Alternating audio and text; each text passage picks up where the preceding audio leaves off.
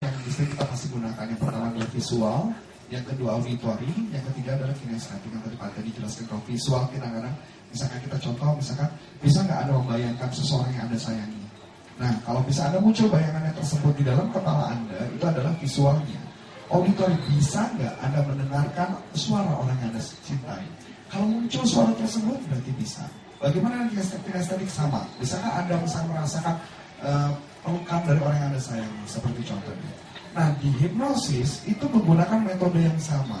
Waktu kita memberikan sebuah sugesti, itu mulai muncul sebuah 3 hal tadi. Visual akan muncul, auditorinya akan muncul, kinestetiknya akan muncul. Nggak bisa sugesti itu hanya berupa kata-kata. Misalkan kayak contoh, silakan Anda bayangkan diri Anda di sana adalah diri Anda yang sangat sukses. Tetapi orangnya nggak mau membayangkan. Bisa berhasil? Nggak akan berhasil. Jadi dia harus memunculkan dulu gambarnya tersebut. Jadi misalkan bagaimana contohnya lagi, misalkan begini, saya hilangkan seseorang dengan fobia, misalnya fobia ketakutan pesawat terbang, saya hilangkan dalam waktu cepat. Bagaimana cara saya menghilangkannya? Dia harus memunculkan dulu rasa ketakutannya tadi, atau yang disebut tadi kinestetiknya dulu dimunculkan, mungkin pengalaman gambar kejadian dulu yang menakutkan, atau mungkin suara-suara yang menakutkan, baru kita melakukan pembersihan. Setelah pembersihan kita munculkan lagi berupa gambar. Jadi sugesti itu bukan saja hanya berupa kata-kata, memang bentuknya kata-kata. Jadi misalnya tanya, Anda tambah pintar. Kalau kalimat yang dimasukkan pintar pertama kali, mungkin pintar itu cuma hanya berupa word, cuma kata. Tetapi lama-lama akan berubah jadi istilahnya state atau satu buah kondisi kita yang menyatakan bahwa diri kita pintar. Setelah kita menyatakan diri kita pintar, apapun yang kita pelajari akan jauh lebih mudah. Konsepnya sama seperti itu. Mungkin Pak Deddy bisa mendengar. Kalau ditanya mana yang lebih baik, nah ini pertanyaan ini kalau dalam NLP kita akan disebut namanya comparative relation. Kan makanya apa? Lebih baik menurut siapa dalam konteks apa? Ya kan? Nah, kalau bagi saya yang jauh lebih penting adalah mana yang lebih efektif. Kalau bicara efektif, maka sangat tergantung pada konteksnya. Ada orang-orang yang memang begitu datang ke saya, Pak, mohon dibantu saya terapi. Oke. Sebentar Pak, saya lihat Bapak ada sertifikat hipnoterapi. Saya nggak mau dihipnotis loh Pak ya. Ada yang bilang begitu Pak. Nah saya bilang ya sudah kalau itu nggak saya hipnosis. Maka seahli apapun saya menghipnosis, dia akan mengatakan no saya nggak mau. Maka saya harus pakai teknik lain. Tapi sebaliknya Pak, ada juga orang-orang yang mengatakan Pak, Bapak itu pakai ilmu apa sih namanya NLP itu? Jangan aneh-aneh deh Pak. Oh saya Bapak hipnosis, jangan hipnosisnya. Dalam konteks itu ya kita tinggal pilih satu-satu. Bagi saya NLP hipnosis adalah seperti seorang koki yang punya banyak pisau. Kalau dia mau motong daging gede, dia pakai pisau gede, jebret. Kalau dia mau motong daging kecil, dia pakai pisau yang sedikit. Nah, dalam konteks tertentu orang bisa pakai hipnosis, tentu nggak kerja pakai ilmu yang lain. Atau langsung pakai NLP kok nggak kerja ya, pakai ilmu yang lain. Jadi bagi saya ilmu ini kita pakai untuk segala macam kondisi yang memungkinkan. Ada ilmu lain namanya EFT, gitu ya, EFT, SEF.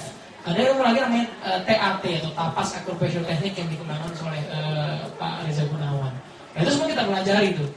Nah, tergantung selera konsumennya selera yang mana. Kita terapis palu gada itu ya. Apa lu mau gua ada. Semua buat palu gada. Apa lu mau gua ada gitu kan. Nah, dia bilang, Pak saya nggak mau ilmu terapi yang aneh-aneh yang asalnya dari dunia barat nih. Misalnya saya ketemu komunitas tasawuf dan segala macam. Dan sudah kita pakai terapi zikir saja. Terapi zikir kayak apa ya? Pakai NLP juga. Saya akal-akalin. Saya gabung pakai NLP juga sebenarnya. Pakai hipnosis juga. Tapi yang penting buat dia sembuh. Nah Pak saya bukan muslim, saya nggak bisa. Ya udah kamu ngerti apa Rosario? Saya otak-atik bisa juga disembuh. Kalau kita ngerti NLP kita bisa otak-atik macam-macam. Karena waktu kita mengulang kita konsentrasi pada satu hal, sebetulnya yang terjadi sudah masuk ke dalam proses trans juga. Yes. Itu hipnosis. Lalu bagaimana mutiknya? Memang tadi sebetulnya kalau kita jeli, Arifnya sudah mengatakan bedanya ujungnya sama, tapi kalau NLP, cara NLP yang dibedah adalah struktur masalahnya. Kalau dengan hipnosis dicari akar masalahnya, deeper. Kalau ada fobia, ya buat kita yang mungkin fobianya hilang. Tapi ada hal-hal fobia yang mungkin deep rooted.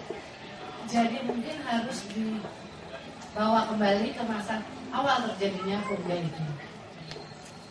Ya, itu adalah kepekaan dari terapisnya ya. Untuk seperti yang tadi bilang, ini pisau mana nih yang mau dipakai.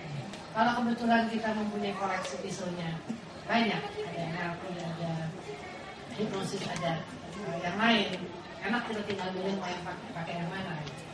Kadang-kadang saya dalam melakukan terapi marriage counseling juga, saya lihat, saya cemburu, suami saya begini, ngobrol gini. Ini mah cemburunya gara-gara peristiwa yang barusan. Nggak usah dalam-dalam lah, kita pakai terapi aja lah. Atau kalau misalnya ternyata sifat ini sudah menjarah daging lama ada, gitu, wah ini mesti dibongkar nih. Jadi sebetulnya Pak, kalau kita lihat dua-duanya sama, hanya yang satu diprotek, yang satunya struktur masalahnya. Bukan mengapa, tapi bagaimana, gitu ya. Ada lagi pertanyaan lain? Yes, silakan. Terima kasih atas kesempatannya. Nama saya Cindy. Cindy. Jadi, I'm interesting yang tentang conscious and subconscious. Misalnya, memang dari kecil kita salah program, terus dibantu dengan mungkin program NLP atau hipnosis. Terus kalau misalnya nih orang ini sudah dicoba dirubah subconscious, filternya dibuka dulu, dibenerin. Tapi ternyata yang diprogram tuh salah. Yang tadi dia bilang, saya ingin kaya gitu, tapi ingin aja terus, nggak sampai kaya-kaya juga, cuma ingin aja terus. Dan itu apakah bisa direprogram dengan mudah, atau misalnya udah istilahnya udah salah, mau dibenerin salah lagi, apakah nggak otaknya mau berusaha? Nggak tahu deh, ya mungkin nanya kan. Terima kasih. Oke. Pertanyaan yang menarik sendiri ya. Iya. Yang jawab berdua apa satu dulu? Yang tua dulu. Selalu yang tua. Oke. Selama ini saya selalu bisa memprogram ulang otak kita. Saya bisa dikatakan hampir mungkin less than, mungkin di bawah 1% lah saya mungkin bisa dibilang masih fail untuk melakukan program ulang otak.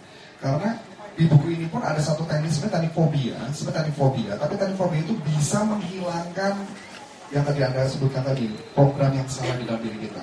Setelah dihilangkan program tersebut, Anda harus isi malamnya. Kenapa? Kalau di istilah NLP, makanya saya bilang